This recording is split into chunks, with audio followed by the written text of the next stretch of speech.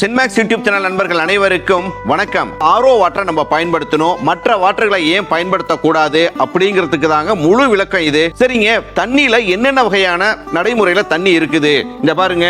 இது பாத்தீங்க அப்படின்னா உங்களுக்கு மழை நீர். சரிங்களா, இது மழை நீர். இந்த மழை நீர்ல எவ்வளவு ppm இருக்குது அப்படின்னு பார்த்தோம்னா 10ல இருந்து 50 ppm இருக்குதுங்க.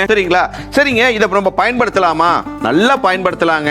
ஆனா அதுல பெரிய சிக்கல் இருக்குதுங்க. என்னன்னு தான் பாக்குறீங்க, சேமிச்சு வைக்கிறது ரொம்ப சிரமமா இருக்குங்க. சரிங்களா, அதையும் நம்ம சுத்தப்படுத்தி தான் பயன்படுத்தணும். வாய்ப்பு இருந்தது அப்படின்னா இதை நம்ம பயன்படுத்திக்கலாங்க. அதுல என்ன ppm இருக்குதுன்னு பாருங்க, அதான் ரொம்ப முக்கியம். 10ல இருந்து 50 ppm இருக்குதுங்க. ஓகே, அந்த ppmனா என்னங்கறதையும் நான் விவரமா சொல்றேங்க. அதுக்கு அடுத்து என்ன தண்ணி இருக்குன்னு பாக்குறீங்களா? ஊற்று நீர்னு சொல்லுவாங்க. ஊத்தெடுத்து வருது பாத்தீங்களா, ஊற்று நீர்னு சொல்லுவாங்க.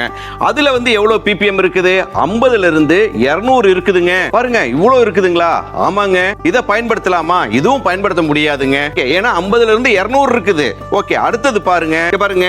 ஆற்று தண்ணின்னு சொல்றோம். நம்ம ஆத்து தண்ணியில இருந்து வர்ற தண்ணியை நம்ம அப்படியே குடிக்கலாம் அப்படின்னு நம்ம சொல்றோம். ஆனா அதுல எவ்வளவு ppm இருக்குது பாருங்க.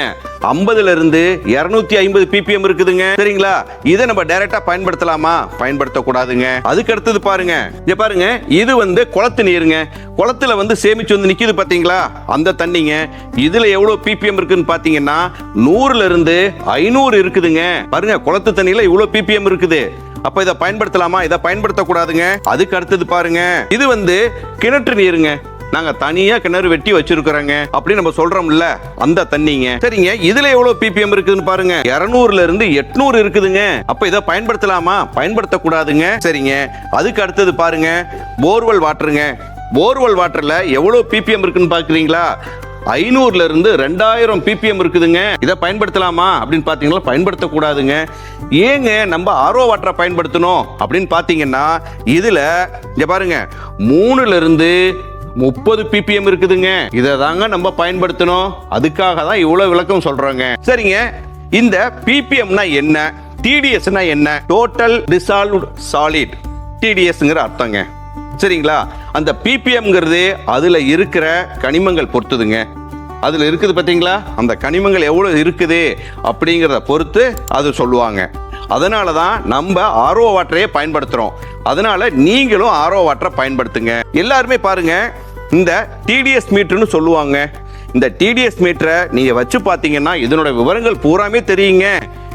ஒவ்வொரு சோப்பு தயாரிக்கிறவங்களும் இந்த TDS வச்சு பார்க்கணும்.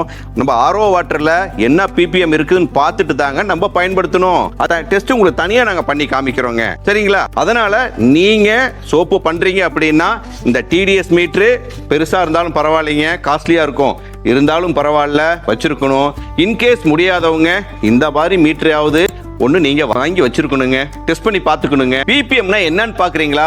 பார்ட்ஸ் பர் மில்லியன் அப்படின்னு அர்த்தங்க. பாத்தீங்களா, அதுல எவ்வளவு இருக்குது அப்படின்னு பாத்திரலாங்க.